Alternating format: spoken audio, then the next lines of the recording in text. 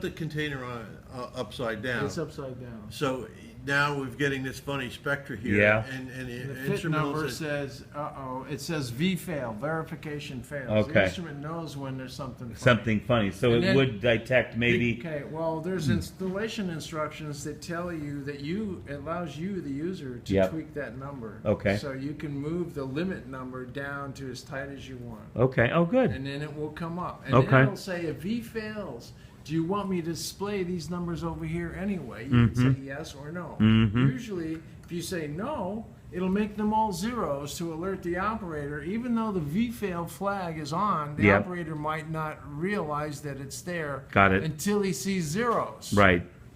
So you can turn that on or off. Okay, so that when you're testing to see if the limit that you set the V-fail at Right.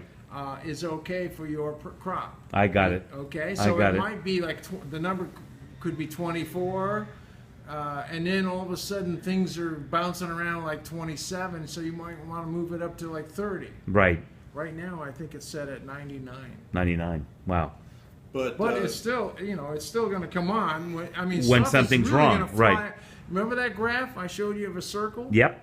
That's what V-fail is. Okay. It fell outside the circle. Okay.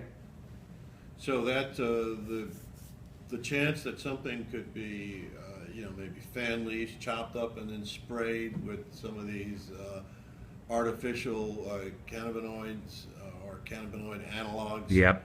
The chances of that spectra being similar to the real deal is Almost impossible. pretty much nil. Yeah. Right.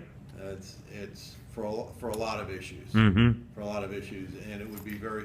And in fact, in the pharmaceutical industry, they often check incoming raw materials before they go throw them into the machine that feeds the pill press.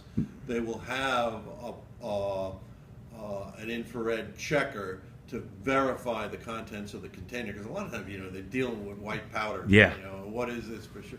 And they do that because if you produce the wrong stuff. Oh yeah. My wife had an incident with Walgreens where she got the wrong medicine. She was given something she thought was one thing.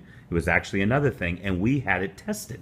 And it was and we were going to sue them and everything. It was Novartis, the pharmaceutical company that made the screw up, and they're right here in Emeryville. But we just said we're going to fighting. It cost us $100,000 to fight, but she got really sick and ended up in the hospital. Yeah, Yeah. I mean, there are some stories in the pharmaceutical industry, because I've sold this technology into a lot of different industries. I've heard horror stories. Oh, Yeah, and especially well, we're dealing when with that volume of materials, especially right? a name like Novartis, because that's an ethical pharmaceutical company. When they say ethical, that means they usually selling their own patented stuff. Oh, And there's people who just, once the patent wears out, they start making it. And those are generic pharmaceutical right, companies. which you have The higher way- risk for.